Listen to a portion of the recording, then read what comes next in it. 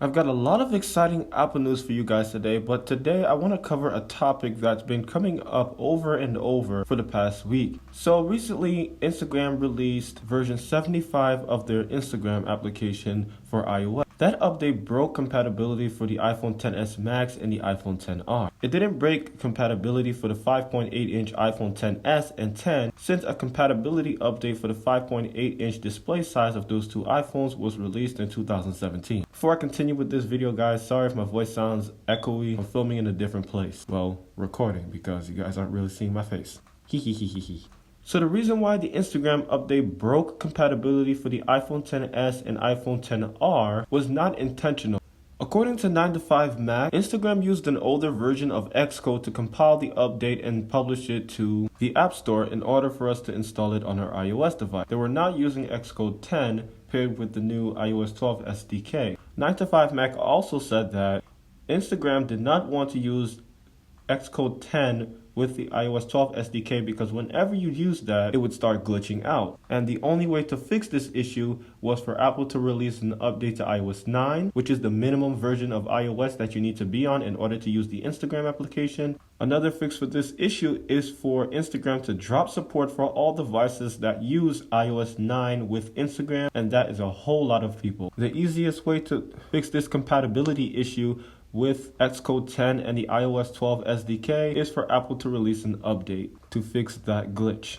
It seems that the compatibility issue with the iPhone XS Max and the iPhone XR is not going to last that long because Apple usually pushes out updates to fix any problems that developers might be having with their apps, so hang on. Until then, your Instagram application will have cropped images due to that compatibility update. You will not be affected if you have the base model iPhone XS and iPhone X. A compatibility update was released in 2017 for the iPhone X when it was released on September 12th. Now to the exciting news.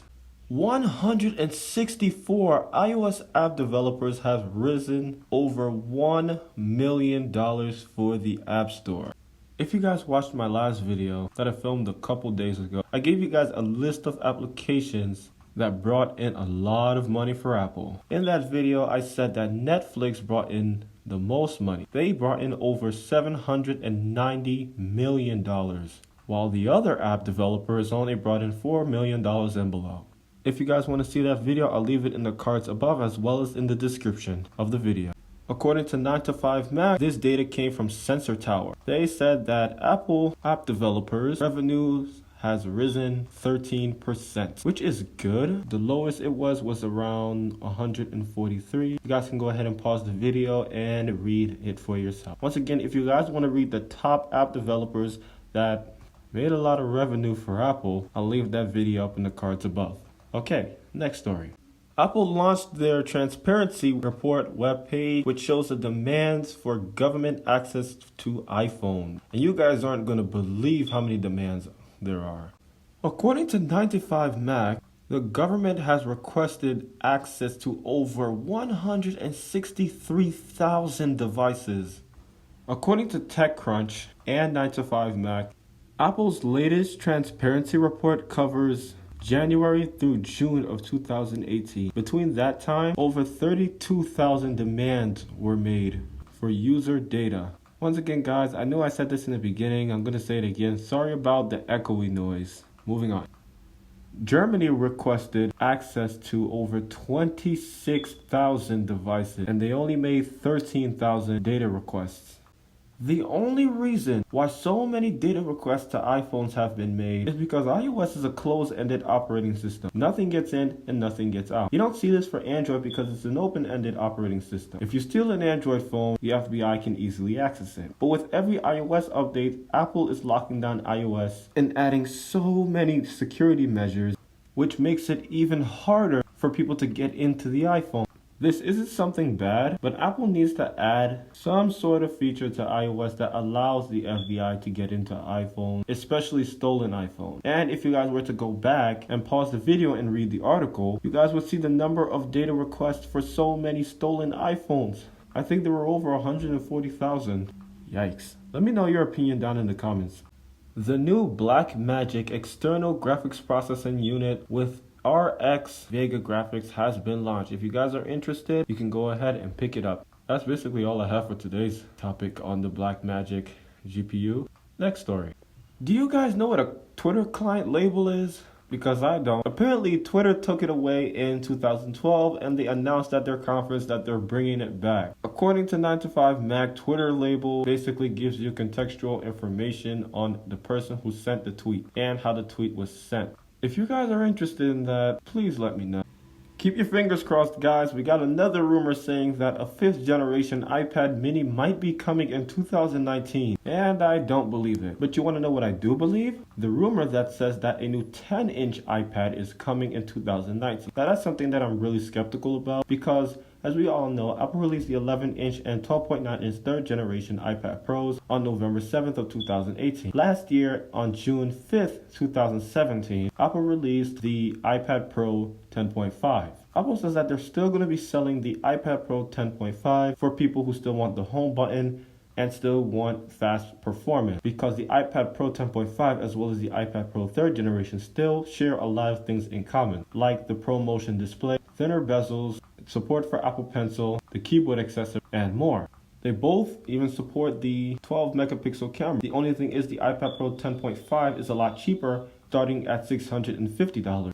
I'm guessing that the 10-inch iPad will be a budget-friendly model, but we'll have to see how that will fit in the new iPad line. Because if the iPad Mini 5 does launch, then we'll have an iPad Mini 5, an iPad Pro 10, 10.5, 11-inch, and 12.9 inch. And in my opinion, Apple should keep that at 9.7 inches to keep the line more diverse. If you want a smaller iPad, you can go ahead and get the iPad Mini 7.9 inch. If you want the budget in iPad, you can go for the one that is 9.7 inch. If you want the iPad Pro but don't want to lose the functionality of the home button, you should go for the iPad Pro 10.5 inch. If you want to upgrade to something more powerful but you don't want the giant size, go for the iPad Pro 11 inch. And if you want the gigantic iPad, you should go for the 13-inch one. That just makes more sense. If Apple does follow through with this, even though it's still a rumor, I would like to see how that will fit in the line. That'll be pretty confusing. People aren't going to want an extra 0.5 screen size to their iPad. 10-inch will be fine for most people, which is why I think it'll be a better idea to keep the iPad at 9.7, 7.9, 10.5, 11, and 12.9. Sorry I said that out of order. I actually meant 7.9, 9.7, 10.5, 11.0, and 12.9. Next story. Breathe, Ashley. Breathe. Apple launched their iPhone trade-in program in China at retail stores. You can now trade in an older iPhone and get credit towards an iPhone XS or iPhone XR. If you guys are in the US, you guys already know how this works. Basically, if you have an iPhone that's in good condition, you can take it to an Apple store if it's eligible and get a gift card which will decrease the price of your next purchase. Once again, this is only available for the iPhone XS and the iPhone XR. And I thought iPhones were banned in China. Moving on.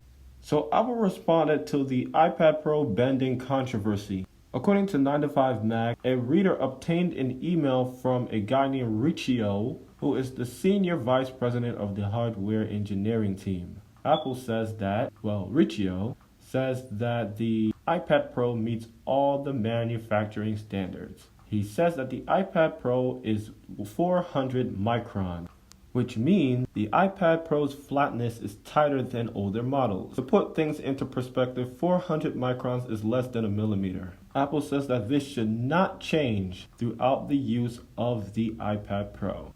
So they're basically saying that if the iPad Pro bends even a little bit, it's not going to affect the performance? Okay.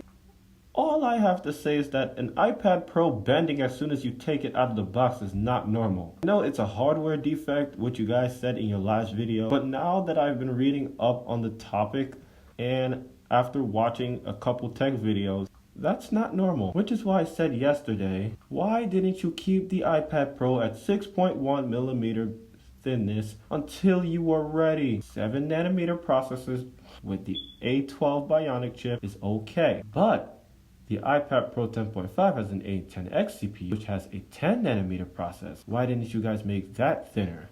I should probably stop talking. Alright guys, that's all I have for today's video. If you guys liked the video, then you are a tolerant person of the echoing noise in the background. If you dislike the video, I understand. I will not be filming any other videos in the place that I'm recording right now. Don't forget to vote for the smartphone that you guys think is the best one of 2018. I will be announcing the device that made the top ratings on December 30th and 31st. The website will be in the description and in the comment section. And before I end the video, thanks for over 70 views on my last video. I've been Tion Official. I'll check you guys out in my next video.